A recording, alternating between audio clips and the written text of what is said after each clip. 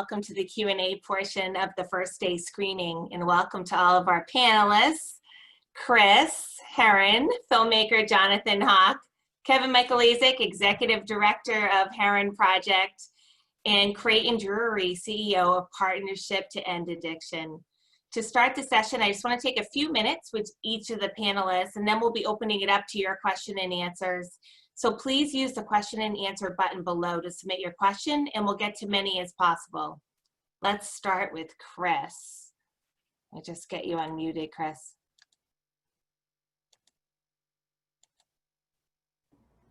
Awesome. Chris, why was this film project so important to you? Tell us what led to the development of the film, the support resources, and how they were all developed to support your message that you share nationwide with communities and schools.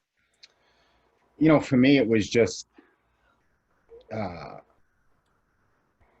years of telling my own story in front of students. The response back was always directed at me. It was, you know, thank you for sharing. I'll pray for your family. I wish nothing but the best for you, but it was never about the student.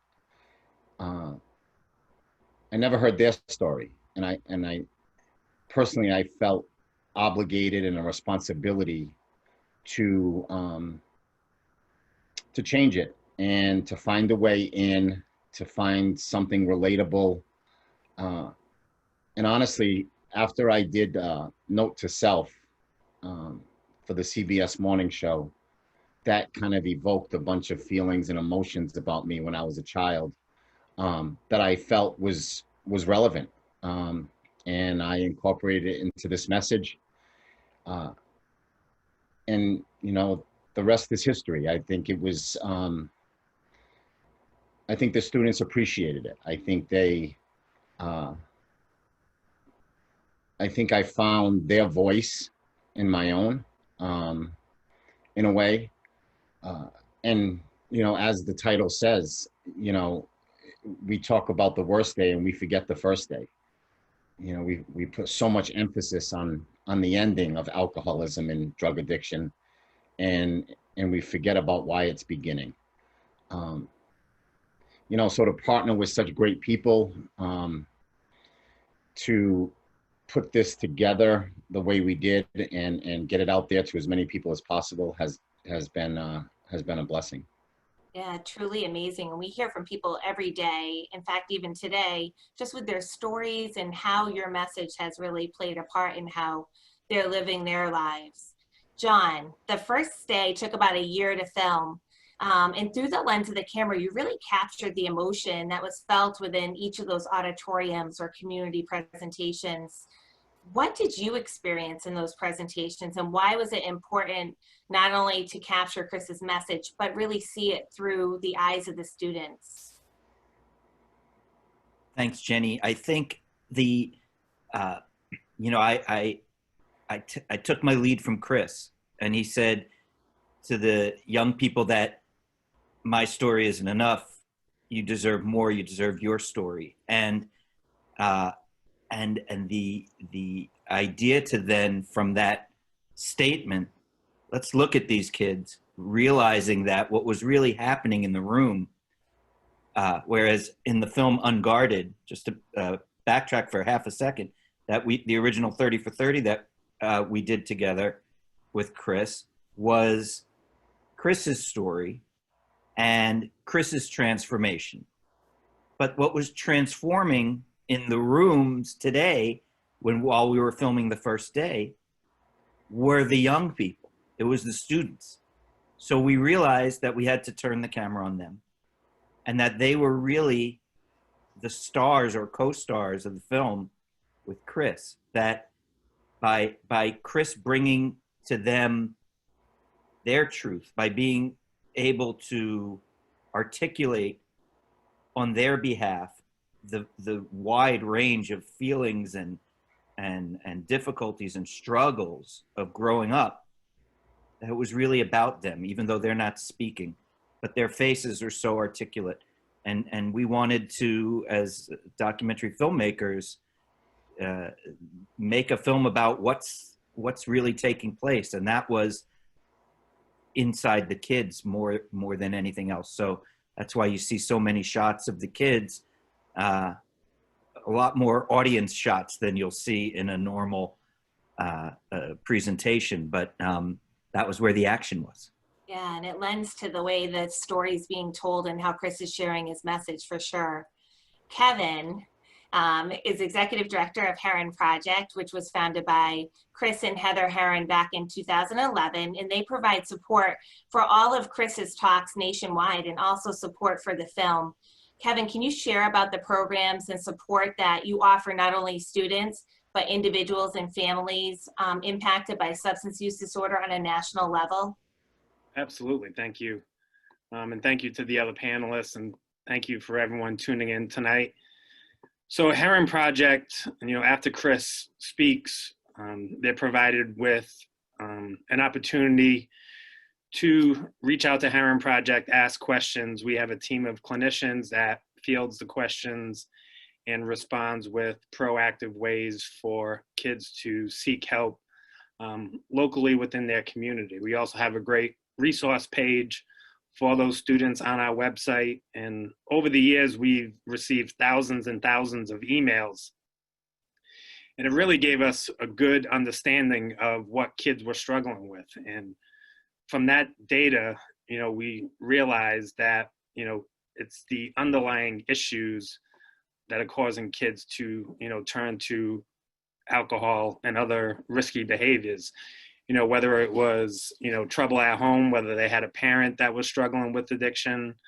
It could be they were facing some sort of peer pressure, it could be bullying, but through and through, we saw that, the kids were struggling, with life, and they were stressed out, and, they had a ton on their plate, and they were turning to alcohol and drugs. And not all of them, but a good majority of them. So our team works with those kids and helps them come up with, ideas how they can connect to help. And it's been very successful, and we've responded to thousands of emails.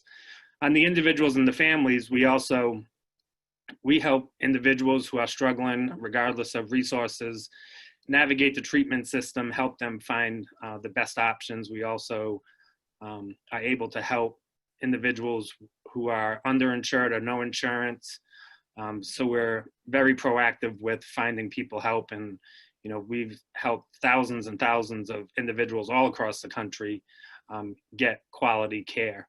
We also learned that the families needed a great deal of support. So about 6 years ago, we started the online Zoom family support groups. It's grown tremendously. I think we have 14 groups throughout the week. They're all led by licensed clinicians. They're offered free of charge. There's a psycho-ed component to it, and also that mutual support. And I know Partnership to End Addiction has some great family resources as well, that sometimes we often refer people to that as well. And then also we started Herren Project Clubs, which was a direct result of the feedback that we got from the students over the years. And it's designed to be implemented at the school level, and it's helps to teach kids how to cope, how to make good decisions, how to make healthy decisions, how to be a leader in their community, how to be a leader in their school. And we're really trying to help the kids develop healthy coping mechanisms versus turning to alcohol and drugs. But it's an honor for me to lead this organization, and Chris and I have a long history together, but it really is a privilege to be able to do the work and also to be a nonprofit partner with the film. Yeah, thank you so much, Kevin. Creighton, Partnership to End Addiction was a presenting and nonprofit partner on the film. Why was it important for your organization to be part of this project? How does your mission align with the film and its message, and then the support materials, which your team was invaluable in terms of developing? Sure. Thank you, Jenny and Chris and Kevin and John. I mean, it's an honor to be here with you, and it's been an honor to be on this journey with you for at least the last year and a half for us. And I'm part of an absolutely fabulous organization that's really the combination of two organizations that have been dedicated to this issue for more than 30 years now. And, like our name, indicates, we're really focused on how do we bring an end to addiction in this country, the crisis which is wreaking havoc on our nation right now. And you heard and saw some of it, from the presentation. Personally, I've worked with young people for more than 20 years. And when I first heard and saw the viewing of this film about 1.5 years ago, it was with you, John, and Jenny in Baltimore. Just from someone who's worked with young people for years, I was just taken by it in terms of the message and how Chris really engaged with young people. And John, you were right, that the connection with the audience and how young people were moved by this was powerful. But beyond that, I think the single most important reason why we wanted to partner with you around this, and we've been partnering for a number of years with you, is because our nation is facing this huge crisis right now. The consequences of addictions are enormous right now. More than 20 million people impacted by addiction, about 150,000 people a year dying because of addiction. 70,000 overdoses a year. It's a crisis of big proportions, but one of the messages that's so important is that there are certain truths about addiction that can really provide a roadmap for how we can address this issue, how we can tackle this problem that we're confronting in our nation. And one of them is that addiction is preventable. Addiction is a preventable, treatable disease, and and we have to understand it and understand the roadmap on how to actually address it that way. If I told you that 9 in 10 people who are struggling with addiction or substance use disorder began using substances before the age of 21, typically when they're in their teens, you understand that there's a way out if we can just figure out how to reach young people sooner. And if I told you that families and parents and caring adults are the biggest reason why kids are going to decide to use or not, they're the biggest influence in their kids' lives, you'd see that Chris's message really helps to provide a roadmap for that. And if you also understood that everyone needs to see that addiction as a public health issue, it's a disease, it's not a moral failing, it's not something that requires blame, but it requires conversation, it requires compassion. And when Chris asks the question why and the importance of engaging, that's another part of this film that really gets to the heart of what we see as the solutions that are needed. And because we're serious about this and because we want to partner, that's really the idea here. How do we build partnerships that can address these issues head on with these kinds of messages?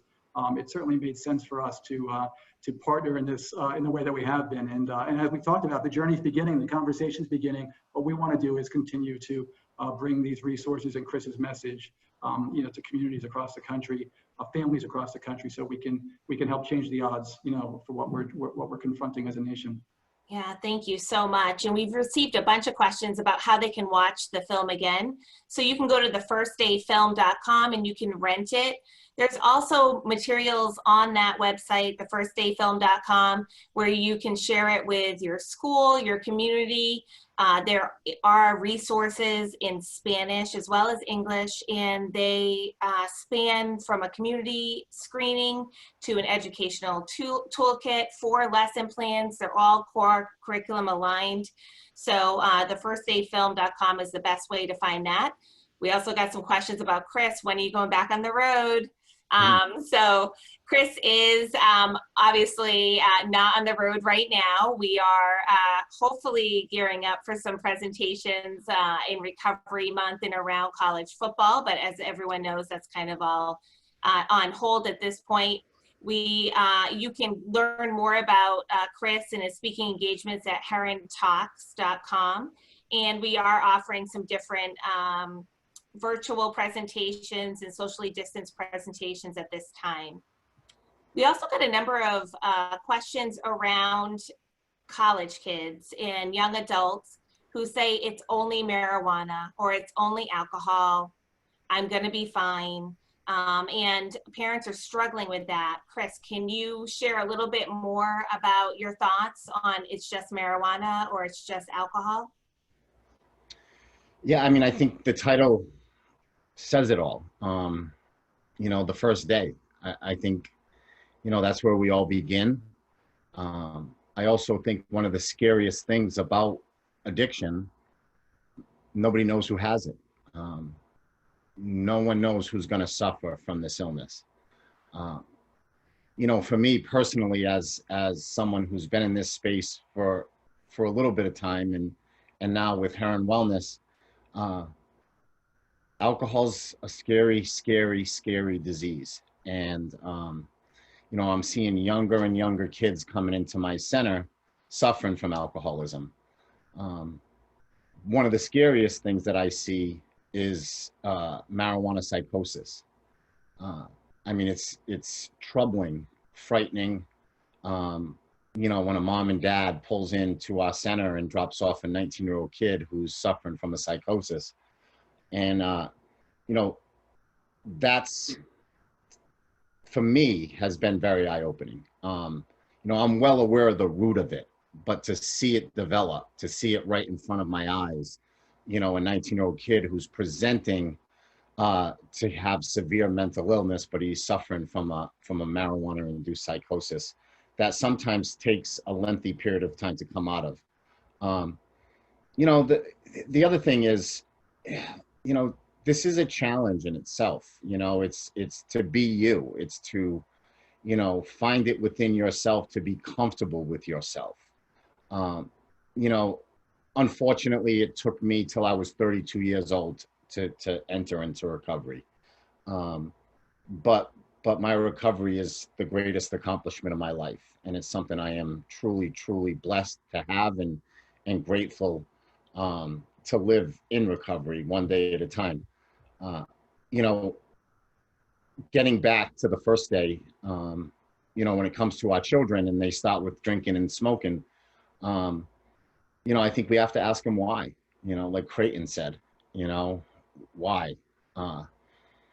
You know, what is it about yourself that you have to change yourself?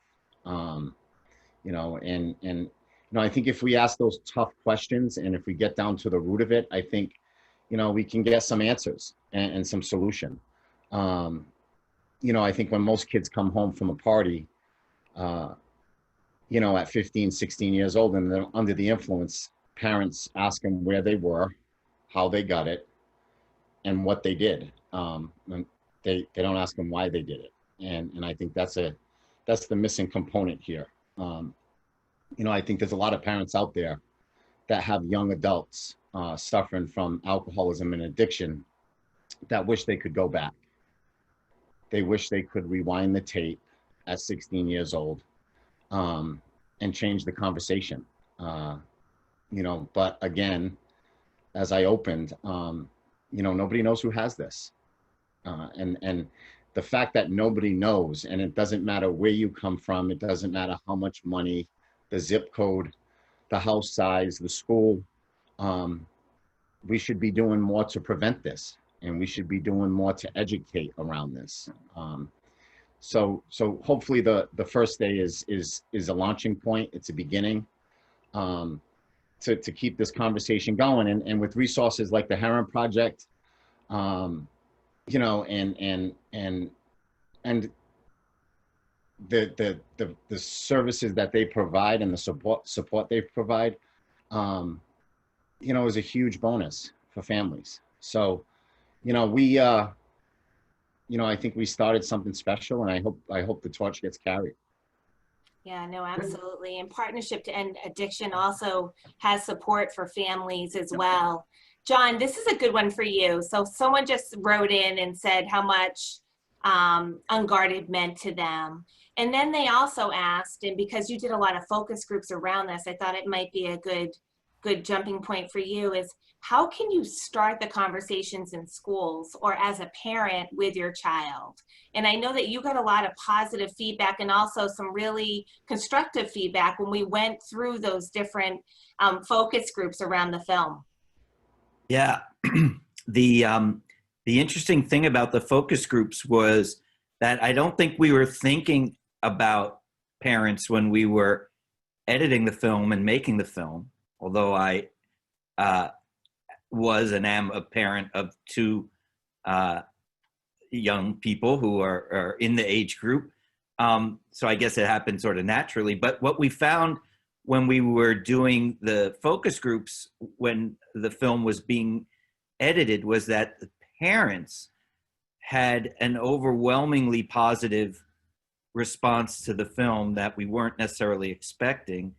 And over 90% of parents said this would help them begin a conversation with their child who is in high school, that they reported not being able to start before, not knowing where to start. And one of the best ways that we've found is that people watch it together with their child, that they sit in a room together and actually watch it together. Don't have to talk while you're watching it. Don't look over at your kid all the time and see if they're getting it or, are they reacting. Just watch the film together, take it in together as two human beings with individual points of view. And then, what'd you think? And talk, offer something about, well, I thought Chris was really honest. Or I thought, I couldn't believe how the kids were so emotional. Why do you think the kids were so emotional? Did you feel emotional? I felt emotional seeing those kids become emotional. And I was wondering about you. Is there a part of you that feels like them that I don't know about?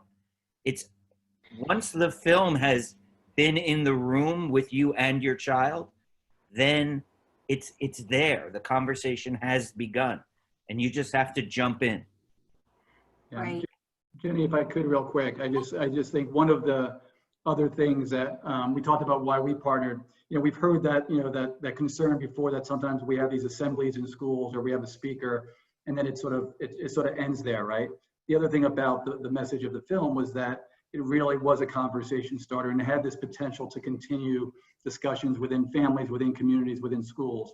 And that's why I think the partnership between our organizations to make sure that we were providing support materials and resources and guides, so that teachers and parents can better understand how to ask the right questions, the importance of continuing the discussion and staying engaged. For the question Chris answered before, I mean, there's always going to be a lot of complex issues and individualized issues, and that's why it's important for everyone, on this chat to understand that for whatever you're going through right now, whether it's yourself personally or your child, your family, visit Kevin's website, the Herren Project, or visit our website at drugfree.org. We actually have trained specialists who work with families and provide specific techniques, that draws from a lot of the kinds of messages that you heard in the film.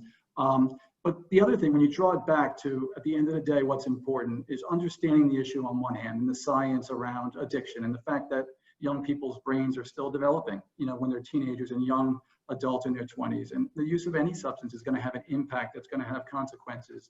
And there's all kinds of factors around that you have to be aware of.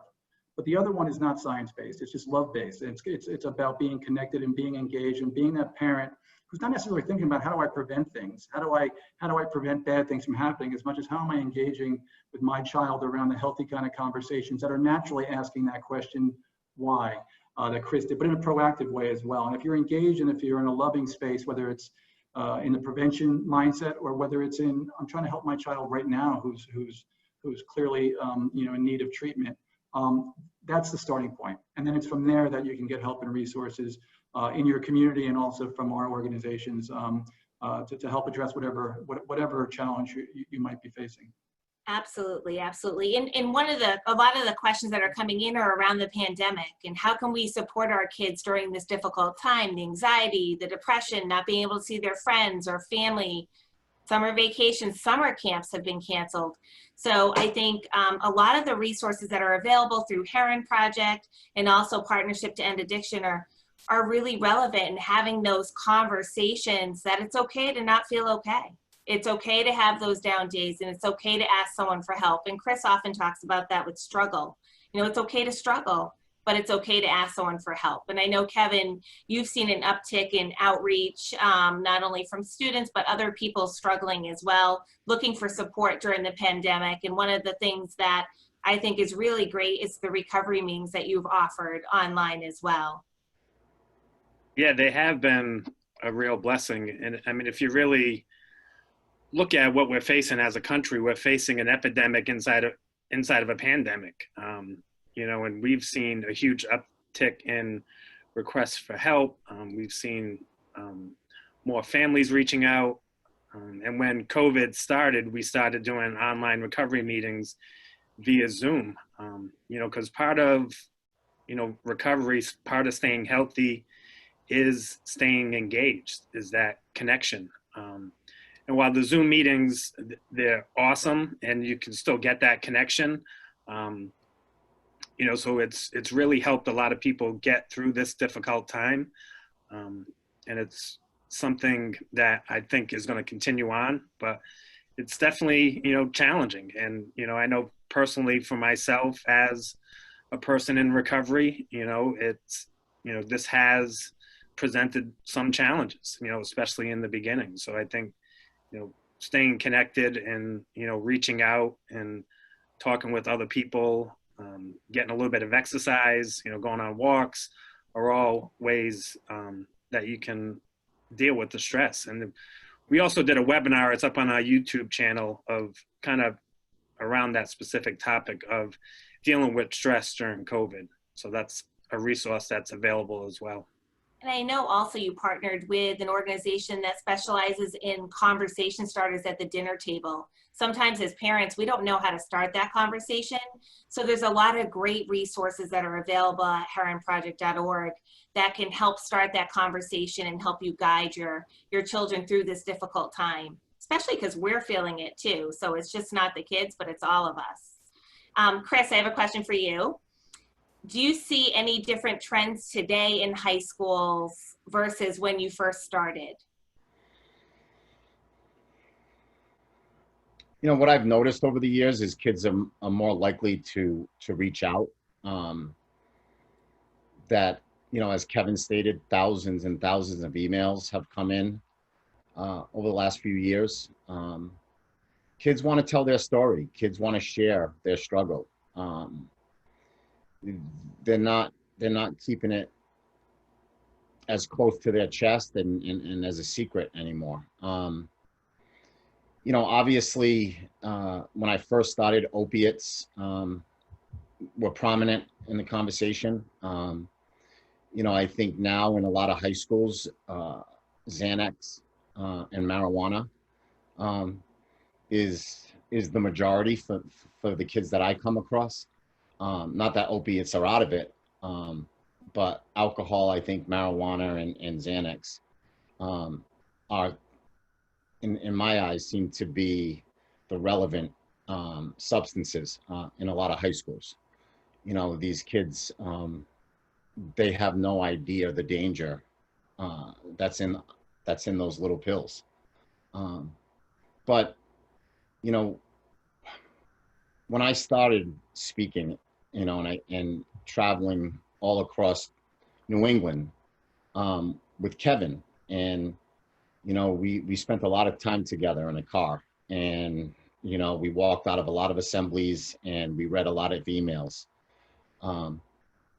And Kevin suggested that I kind of change the conversation a little bit and implement some of the first day in. But also we were challenged as a foundation to support the kids who were reaching out. And I think, that's what we've given is a platform that supports and provides assistance.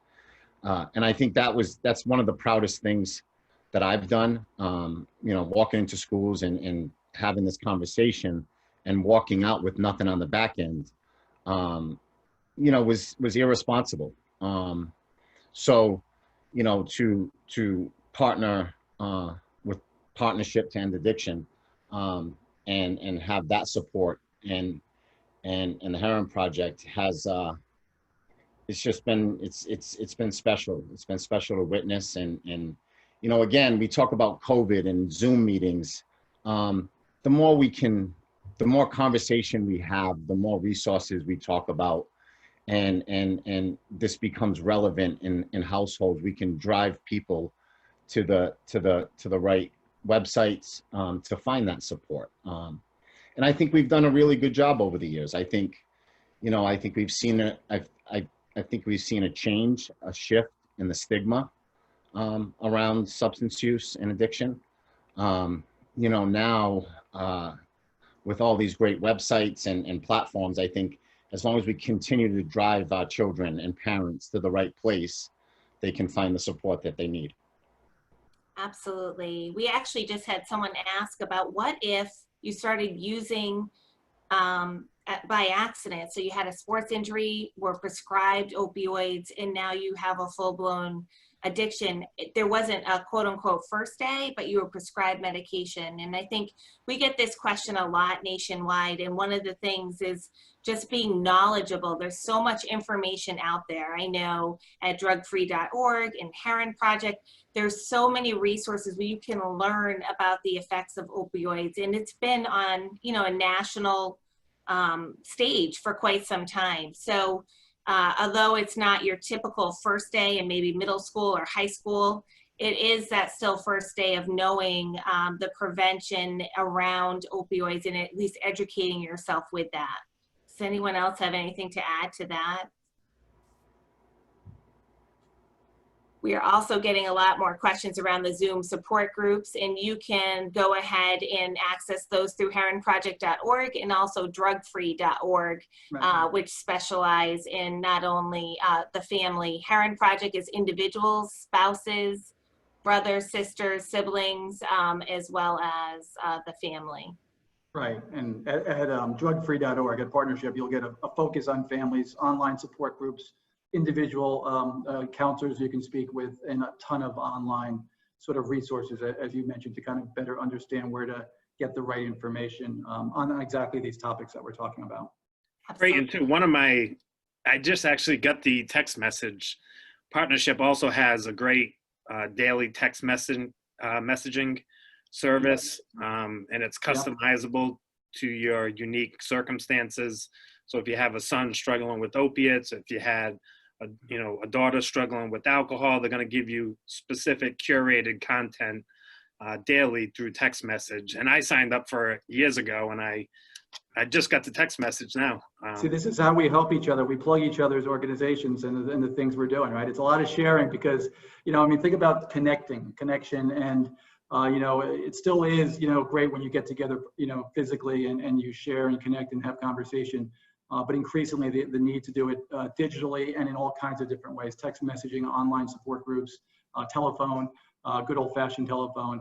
So important in this time of social distancing that we're doing all we can to engage and connect and come together for answers and support and hope. Absolutely. Chris, we're getting some questions now just about your recovery journey as well. What was the hardest part of your recovery, and what do you do for self-care? Probably the hardest part of my recovery journey was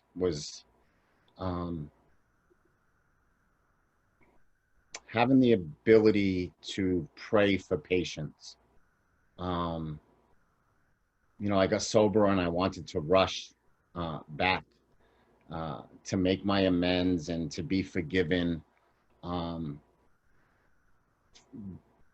the ability to settle and be patient and go through that journey, walk through that process, which took me almost 11 months before I came back home permanently. That was difficult. Obviously, the pain that I caused, the heartache and pain I caused my family will live within me forever. But when I got sober, I realized I had something special, not when I saw it within myself, it's when I saw it within my children. And when I saw sobriety in the eyes of the people who loved me, when they looked at me.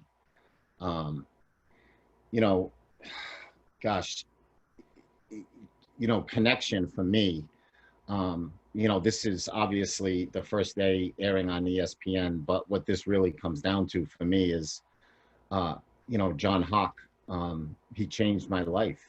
He changed my family. He literally altered, I don't know what he did to me, but everything changed. He changed my world. We sat down I walked into his office however many years ago, and I was with Liz Mullen, and we made the introduction, and I walked out of there saying, why would like a documentary be about me? And he magically put it together, and we talked about some really tough topics that really wasn't being talked about. It was not in the conversation. But you know, he changed my life, and because of him, so much has evolved, has grown through John Hock's vision.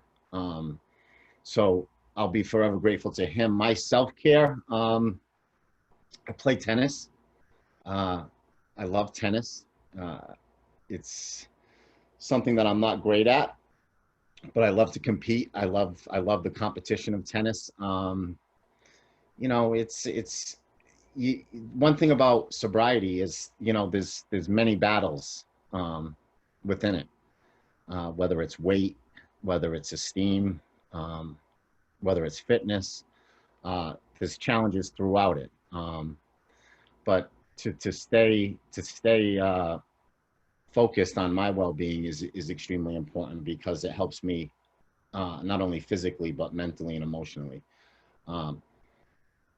Kevin, you know, we grew up together, you know, and to see what he's done, you know, with the Herren Project, and how much it's grown over the years is, you know, for me, it's, I have to pinch myself. You know, we've run marathons together. You know, we've played basketball in a driveway when we were 5. And unfortunately, he took 12 hours to finish the Boston Marathon, so I had to leave him. But 11:58. So. But you know, that's something I would like to touch on, though, because one of the and I don't want to offend anybody, but unsung heroes is Pam Rickard. You know, what she's done for Team Herren Project and the runs, and just the interest and the inspiration that she's created all across the country with a community of runners. You know, they've developed this unbelievable bond of wellness, and it's beautiful to watch. So the first day stems from people, from passionate people who want to make a difference in people's lives. And thankfully, you know, we've partnered with great organizations and great minds to continue this. Absolutely, absolutely. We're getting some messages. What age group is this message appropriate for?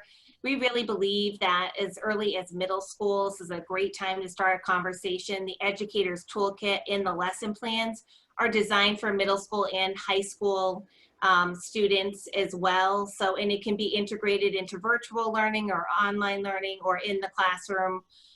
So all of those materials, as I mentioned, are now in Spanish as well, because we want to reach as many people as we can. There's no cost to join the Herren Project. You can just go to herrenproject.org. You can get involved with the runs initiatives as well as the other programs they have. So I just want to say thank you so much for all of you for joining us tonight. If you have any other questions, I know my email is on the email that was sent to you all for joining.